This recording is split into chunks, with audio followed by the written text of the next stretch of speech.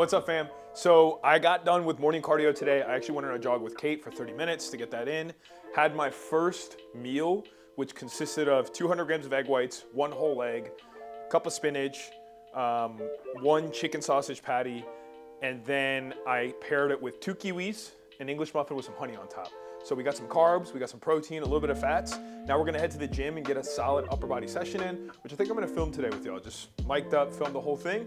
And once we get back, I'm actually gonna teach you guys exactly how I calculate my macros and calories in order to lose weight and also retain all the muscle mass that I've worked super hard to build. So you can do the same exact thing and follow along for the summer shredding. I'll see y'all at the gym.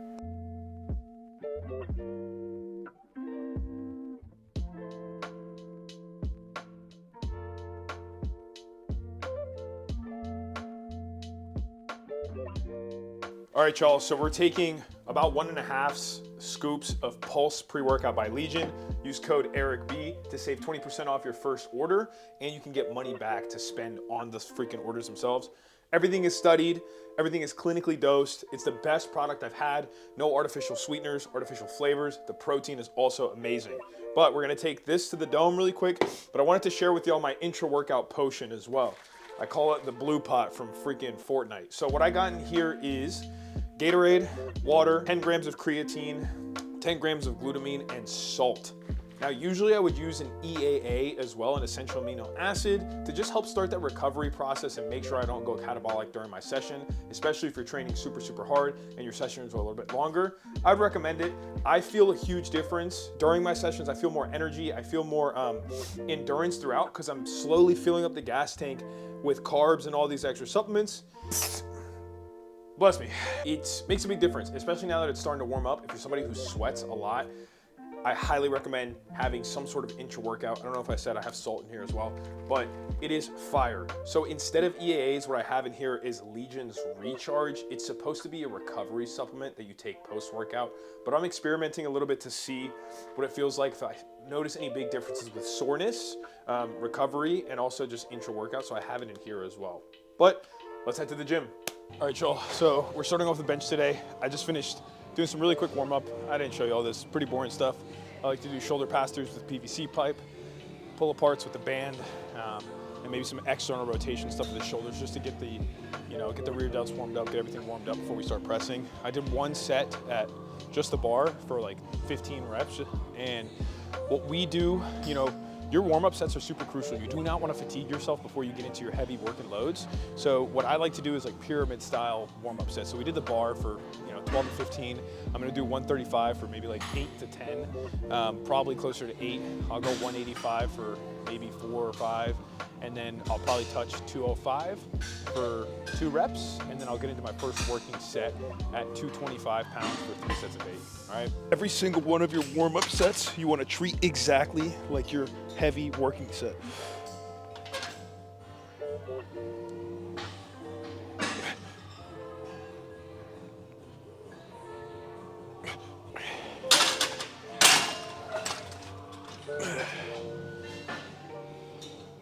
Here are the cues that I think about on bench for every single set. First, I want the same exact hand position every time. For myself, right, it's different from everybody's anatomy. My arms are long.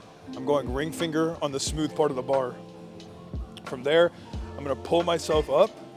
It's kind of just a ritual, but it's also to engage my back, my traps, and then I'm gonna dig my traps into the bench by lifting my butt up slightly, and I'm gonna slowly inch my feet back to really engage my glutes and my lower body. Keeping all this tension, I'm gonna unrack, and then before starting the press, I'm gonna take a big breath into my stomach and brace and go.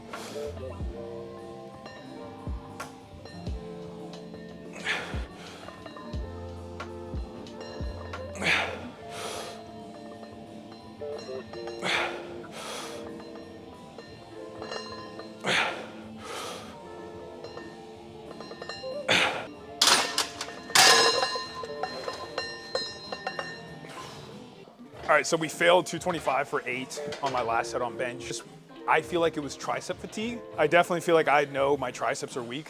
And after that last set, I got 7. The last 7th rep was definitely a grinder. I went for the last one, the 8th one, since I had a spotter. Wasn't coming off my chest. It's just, the tricep fatigue was too much. I couldn't handle it. So now moving on to the next movement. I have lat pull downs. We're going 2 heavy sets of 6 to 8 here. Very close to failure. So last week I did 215. I'm doing my last warm up set at 200 here. For probably like 2 reps just to get a feel for it.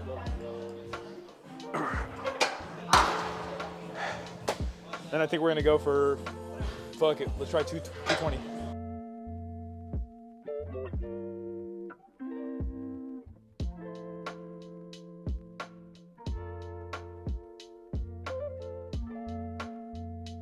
Pump cover came off because I feel good, I'm warmed up. One more set at 220, we're gonna fight for 6 again. For my nerds out there, we were just getting in a heated argument with Matt Mills and our buddy Jake here at the gym about The Last of Us 2. I'm not gonna spoil anything. I know the season's coming out right now, the 2nd season, but all 3 of us have finished or are playing through the 2nd game, which I thought was really good. Obviously, the character development was great. The ending, questionable, not gonna spoil anything.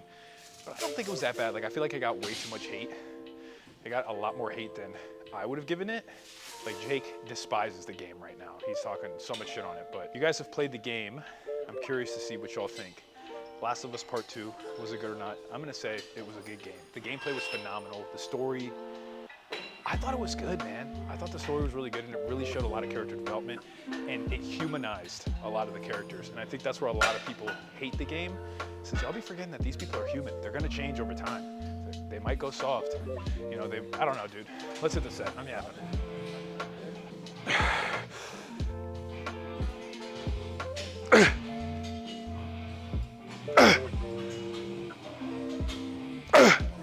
Joel, we got 3 plates on here, about 135.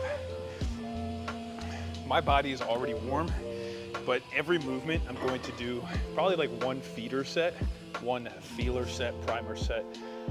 All of those things are alluding to the same exact thing. It's essentially just doing a weight slightly below your working set to prime the central nervous system, to get your body used to feeling the weight in your hands, especially since, you know, I'm doing full upper body. I did a pull down, now I'm doing a row, so it's a little bit of a different variation. It's gonna utilize some different muscles. So I'm gonna do 160 today, maybe 165. So I got 135 on there. I'm gonna hit this for 2-3 reps. Like literally, like verbatim, I'm not fatiguing myself. I'm just getting a feel for the weight in my hands before we go into our heavy working sets.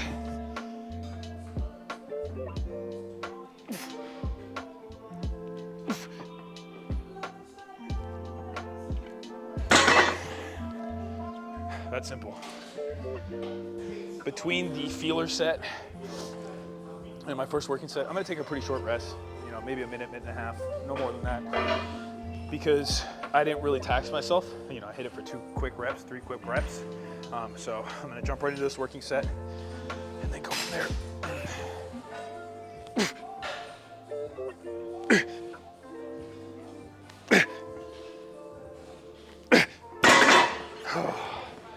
We'll call that 7. 7.5.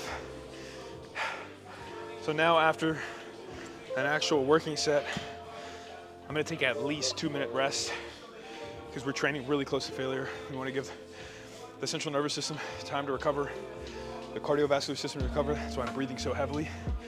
So anywhere between 2 to 3 minutes, just giving my body enough time to reset so I can attack the next set just as heavy and just as hard. If I were to take a really short rest, 30 seconds, 45 seconds, sure, I might get a bunch of blood flow into the muscle, but there's no shot I'm gonna be able to hit the same exact weight for nearly the same reps at all. And pumps feel great, but when it comes to growth, guys, it's about strength. The stronger you can get, the heavier weights you can move with good form and create as much mechanical tension on the muscle as possible with it, the better you're gonna grow, the stronger you're gonna become. And that's really what's gonna lead to the best results, is moving heavy weight, which is relative depending on the person, with good form. I'll see y'all.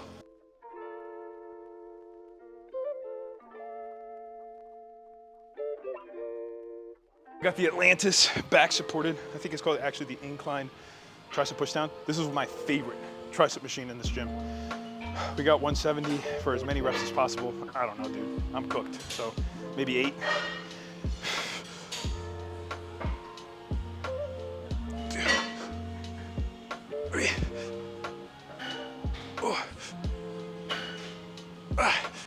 Set number 2.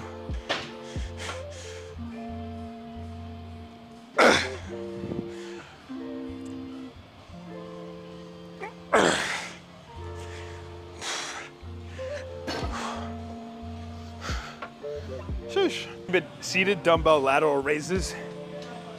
The biggest cue that really helps me is thinking of reaching out towards the walls on either side of me. Like we're making a big arc instead of just thinking bringing the hands up. I find this helps me reduce the amount of shrugging, right? Shrugging and momentum, and really emphasizes the delts. Now, as you get heavier, a little bit of body movement is fine. Again, it's never gonna be perfect as you get towards some heavy working sets. Just focus on controlling it the best you possibly can, and also control that weight down. Don't just swing it up for a second and then let it come back down, and you're using all momentum and traps. Fight throughout the entire range of motion. Think about reaching to the walls on either side of you. Let's go. I'm going for 10 here. Oof. Oof. Oof. Partials. Oh, that's it. Oh, what I did there, I couldn't get that full range of motion anymore. So I did 4 to 5 small partials in the lengthened position. So it still burns like crazy. You're still putting a lot of tension on that muscle. And truthfully, this is where most of that growth happens if we control it while that muscle is lengthened. So I think I got 8, maybe 7 or 8 full range, and then 4 to 5 partials. I mean, the delts feel massive.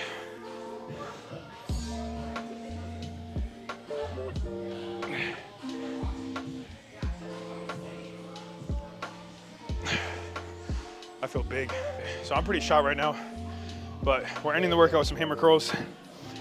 So the big difference versus a regular curl, palm facing up, and a hammer curl, palm facing inwards, is when you curl with a palm like this, you are hitting not only the bicep, but the bicep brachii, the brachialis, which is this side muscle here. It's really hard to tell. It gives your bicep width, and you're also hitting the forearm muscle here, which you can actually naturally see. This versus this, you can see it popping here. So we're doing 2 sets of 8 to 10. I'm shot, my grip strength is shot. I'm ready for a meal, so.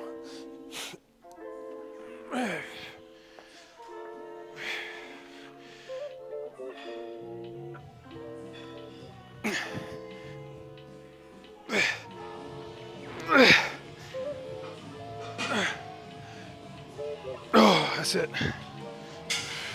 Done with the upper body day.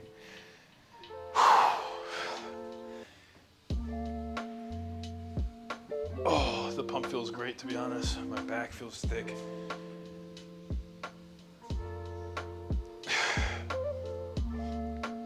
I had my lowest weigh-in Friday at 214. Had a huge cheat meal Saturday. So this morning I weighed in at 216.8. So I went up 2.8 pounds in literally a day, but it's water weight with all the extra sodium and food volume. Sunday morning I weighed in at fucking 218 again. So we lost a pound from yesterday. I'll be back down to 214 probably the next 1 to 2 days.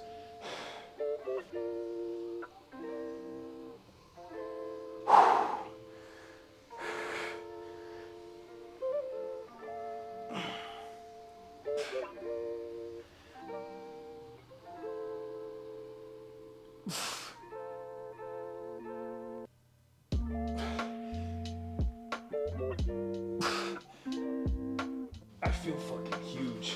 I feel thick. That's about it.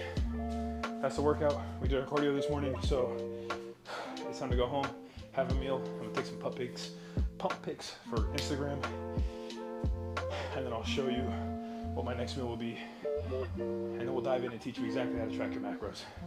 Let's go. So we're back at the crib. I just warmed up 100 grams of white rice, 6 ounces of cooked 90-10 ground beef, and then I have some sauteed bell pepper, zucchini, squash, and Brussels sprouts. So this comes out to about 500 calories, 47 grams of protein, about 19 grams of fat, and 32 grams of carbs. Now, a couple things to note here. I will only track about half a cup of Brussels sprouts, if not at all, right? So I usually don't track my vegetables just because I've been tracking food for so long. Let's say my goal is 2,000 calories. If I don't track my vegetables, I'm probably eating closer to 2,100, maybe 2,200 at the absolute max. But with that being said, I've been doing this for so long that I know that if I eat 2,000 calories and I don't track my vegetables, then I will be fine. The other thing I'm gonna do is add sugar-free G. Hughes sauce, which adds 5 to 10 calories. Again, these sugar-free sauces like G. Hughes, super low calorie sauces, I'm not tracking it, dude. Like, as long as the heavy hitters are being tracked, you're gonna be fine, you're gonna lose the weight. And if you're not, that's where making adjustments comes into play, and it's all gonna come down to personal preference. So if you're somebody that's super analytical and you feel like you need to track every single little thing, I mean, go for it at first, but I promise you, it's probably not gonna be fun over time. So I just track my heavy hitters. I don't think I'm gonna get fat from overeating vegetables. So yeah, let's dive in. Also, G. Hughes is clutch. G. Hughes has so many really great low calorie, low sugar sauces, very low carb, very low fat. I would be mindful of some of them. Like, for example, like the Chick-fil-A wannabe sauce that they have is just really high in fat. So it's not low cal. Just pay attention to the nutrition label, find low calorie sauces, and you'll be all set. I'm about to chow down on this, then we'll go up to the office and I'll show you exactly how to calculate your macros. And I'll give you some more insight on what I use to track and what you could use as well. Ever since I became a full-time coach and wannabe influencer, I have not been using the microwave. I just reheat everything on the stovetop, and it's so good. It's so much better than reheating the microwave. Let's go.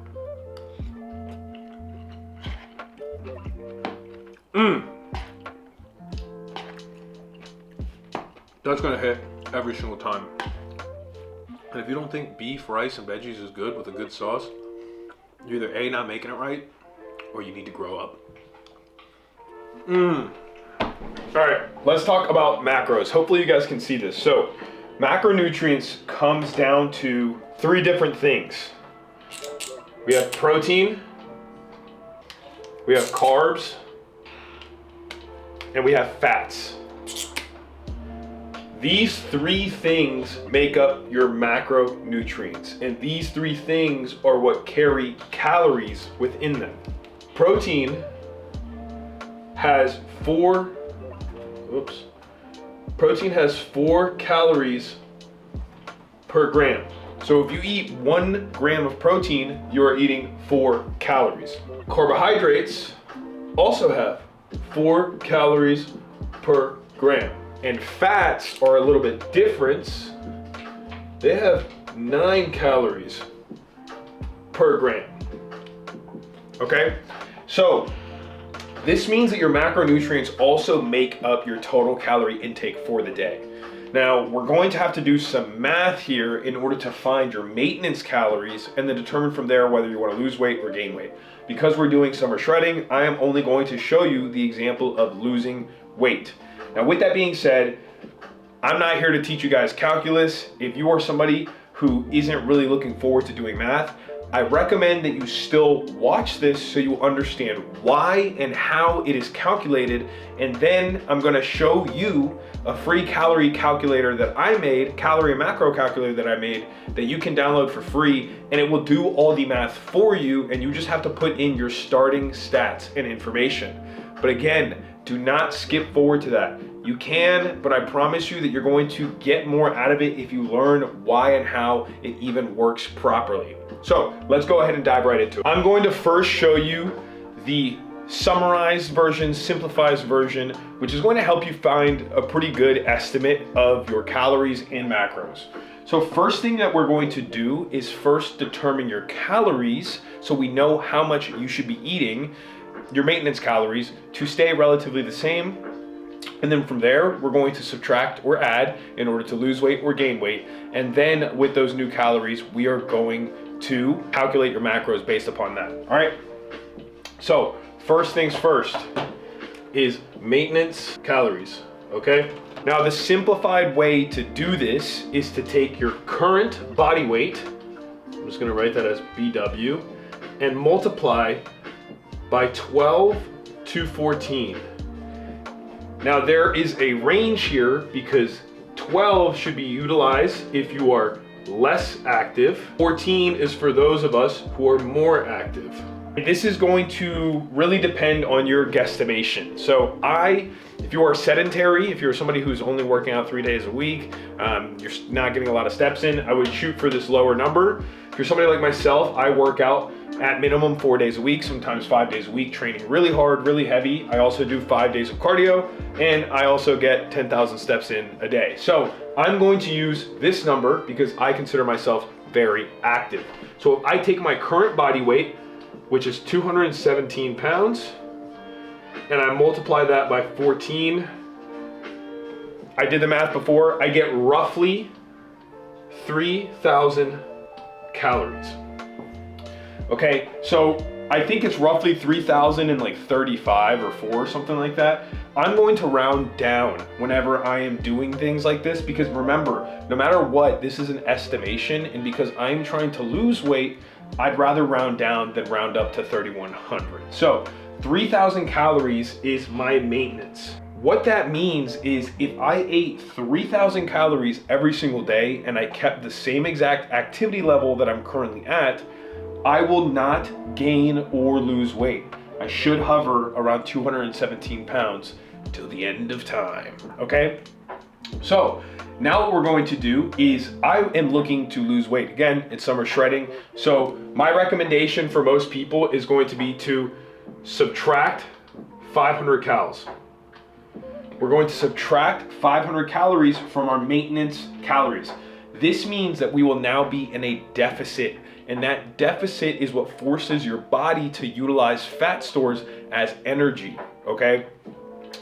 Because I'm crazy, and I've also been doing this for 12 years, and I'm pretty intermediate to advanced, I'm actually doing an aggressive mini cut, or what some bodybuilders call a cleanup phase. When you grow, you put on a little bit of excess body fat. It's summer, I wanna look good, I wanna feel good, so I'm looking to just shed some of that off pretty quickly. So I'm only gonna do this for 4 to 6 weeks. All of that being said, I am going to be very aggressive with my deficit. I personally am going to subtract 1,000 calories. I do not recommend doing this if you are new to the gym, if you do not have a lot of experience tracking, and truthfully, if you don't have a lot of experience with consistency when it comes to tracking your food, being in a deficit, and doing something like this. Why? You're gonna be hungry as hell. You're gonna be very hungry. Your energy levels might drop a little bit. You might see numbers start to drop in the gym eventually. And it's just not sustainable to do this, okay? This is a very big deficit. That is why I am only doing it for 4 to 6 weeks. You guys need to remember that for most people, it is a long-term game that is going to win it for you. It's a marathon, not a sprint for you guys. I am personally doing a quick little sprint because I've been doing this for so long, I'm just doing it for a short amount of time. If you want to get the best results yet, start with a 500 calorie deficit, run that for a long time, and I guarantee that the more consistent you are, the longer you continue to show up, you're going to keep getting great results, okay? So let's reset the board. So my cutting calories is going to be 2,000 calories, all right? So we'll start with protein. Always start with protein, okay? Protein is your best friend. Protein is the building blocks of cell generation, so creating new cell and repair of cells, okay? More specifically, muscle, because that's what we're all interested in, but it actually helps all the cells in the body. Now, the recommendation for protein, I'm always gonna recommend 1 gram per pound of body weight. Why? It's easy, it's quick to calculate, it's simple. You should know how much you weigh, so you should know how much protein you should be getting in, okay? So for protein, 1 gram per pound of body weight. Now, with that being said, if you are, quite frankly, hella fat and you have a lot of body fat to lose, then what you can do is 1 gram of goal weight, okay? Or you can do of lean mass, okay? So what you can do is, let's say I'm 300 pounds and I wanna get to 200 pounds, I can do 200 grams of protein. I am about 217 pounds currently, and it's totally gonna depend on the person, right? And this is why I'm trying to generalize this as much as possible for you guys. I'm going to round up and say I'm 220 pounds, which means I will have 220 grams of protein, okay? From there, what we're gonna do is fats. And the reason we're going to do fats next is for a couple things, okay? Fats are absolutely essential for hormones in the body. A lot of people think that eating fats makes you fat, and it's not necessarily true. Overeating calories is what makes you gain weight, right? Fats are higher in calories, though. They have 9 calories per gram, whereas everything else has 4 calories per gram. So the reason that we want to do fats next is you need a minimum requirement of fats if you want your hormonal production to function properly, if you want energy levels to function properly, if you want your brain to function properly, and your organs to function properly. So we don't want to undereat fats. Trust me, trust me, trust me. From personal experience, it does not feel good to undereat your fats for a long time. If you completely cut fats out of your diet, you're gonna feel like crap pretty quickly within a few days or a few weeks, okay? So, for fats, the estimate is you can go 0.3 to 0.4 grams per pound of body weight. Okay? So for me, again, let's say 217, I'm gonna say roughly 65 grams of fat. All right? Again, I did the math earlier. I'm not a math wizard, I'm not doing this in my head. So 65 grams of fat, and now all we have left is to calculate carbs. Now for carbs, what we're gonna do is we're going to allot the remaining calories after we just designated our protein and fats. Whatever we have left over in calories, we're gonna allot that to your carbohydrates. Carbs are your body's main source of energy, especially your muscle. It's like filling up the gas tank in the race car before hitting the track. You need to have carbs in your body in order to perform at your best, at your absolute best. So, how are we going to figure that out though? Now, we know protein has 4 calories per gram, and we know fats has 9 calories per gram. So what we're going to do is we're gonna take 2,000, we're gonna subtract our protein goal, which is 220, and that protein has 4 calories. So this is gonna be the calories allotted to our protein. And we're also going to subtract our fat goal times 9. So this is gonna be our calories from fats. This is going to give us our remaining calories, which I need a calculator for. All right, I have a mechanical engineering degree and I still can't do quick math. All right, so we're gonna take 2,000 minus 220, I'm sorry, times 4 minus 65 times 9. Okay, that gives us 535 calories remaining. All right, God, my handwriting is so bad. So we know that carbs have 4 calories per gram. So all we're gonna do is we're gonna take the 535 and we're gonna divide that by 4, right? Because this is calories per gram of carbs. All right, so these cancel out and it's gonna give us how many grams of carbs we get allotted. Dude, I feel like I'm in college again, this is crazy. So we have 133.75 grams of carbs. Again, I'm gonna do some rounding here because my brain just works like this. I'm just gonna go up to 135 grams of carbs. So now we have our protein goal, we have our fat goal, and we have our carb goal. So all of these inherently give us our calorie goal as well.